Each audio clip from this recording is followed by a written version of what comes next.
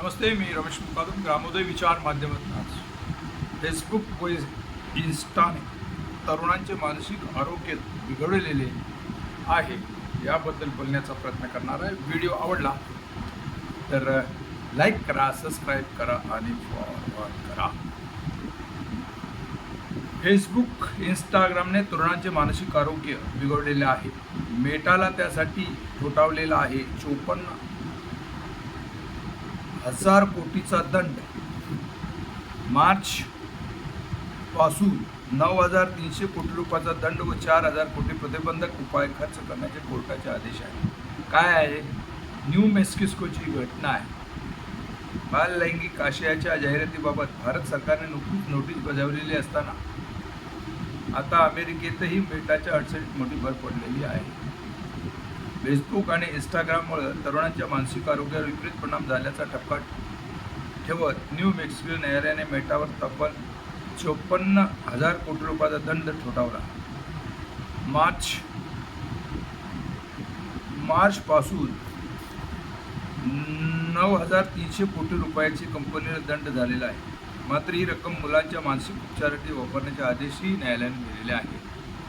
न्यायालयाच्या या कडक कारवाईमुळे आता 18 वर्षाखालील युजर्ससाठी रात्रीच्या वेळी पुश नोटिफिकेशन बंद करावे आणि मानसिक वापराचा वेळ मर्यादित करणे मेटाला बंधनकारक होणार आहे. मेटा कोणत्या देशामध्ये झालेला आहे? मेटा जो आहे त्या मेटाला कोणत्या देशामध्ये दंड झालेला आहे? ते आहे आयर्लंड आहे, युरोपियन युनियन आहे, भारत आहे, अमेरिका आहे. या कार्यपद्धतीवर ताशेरे देखील ओढलेले आहे. न्यायालयाने मेटाच्या कार्यपद्धतीची तुलना विषारी प्रदूषण करणाऱ्या कारखान्याची केलेली आहे. एखाद्या कारखान्यात समाज आरोग्य धोका निर्माण करते आपण मेटा प्लॅटफॉर्म ही करत आहे आणि या कुठल्या उपाययोजना करणं गरजेचं आहे असं न्यायालयाने सांगितले. मानसिक उपचार निधीतील मोठा भाग मुलांचे नैराश्य, चिंता आणि इंटिग्रेट डिसऑर्डर दूर करण्यासाठी समुपदेशन व सायट्रिक उपचार पद्धती खर्च करणे खर्च होईल. शिक्षण व प्रशिक्षण, डिजिटल व्यसन ओळखण्यासाठी शिक्षक आणि आरोग्य कर्मचारी विशेष प्रशिक्षण दिले जाईल. AI पडताळणी, 13 वर्षाखाली अवैध युजर्स शोधण्याचा मेटा विशेष AI स्वयंमान पडताळणी यंत्र विकसित करेल अशी वृत्त आहे. दैनिक लोकमतमध्ये दिनांक 8 शनिवार दिनांक 8 ऑगस्ट रोजी हे वृत्त आलेले आहे. भयानक असं वृत्त आहे आणि खरोखर फेसबुक, इंस्टाने तरुणांचं मानसिक आरोग्य हे धोक्यात आणलेलं आहे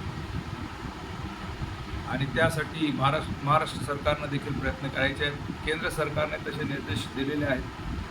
जागतिक तरुणांच्या आरोग्याला धोका देखील आहे. अमेरिकेने याच्यावर उपाय करण्याचं धोरण आखलेलं आहे. असंच आता जागतिक सरकारे त्या देशातील करतील अशी अपेक्षा आहे. तरी आपल्या मुलांना आपणच योग्य ते त्यांच्यावर नियंत्रण ठेवणं किंवा त्यांना माहिती देणं हे गरजेचं आहे. आणि या संदर्भात फेसबुक आणि इंस्टाग्रामच्या द्वारे तरुणांचे मानसिक आरोग्य का बिघडते या संदर्भात आपलं म्हणणं काय? कमेंट्स करा आणि माझा व्हिडिओ आवडला तर लाईक करा, सबस्क्राईब करा आणि फॉरवर्ड करा. जय महाराष्ट्र, जय भारत.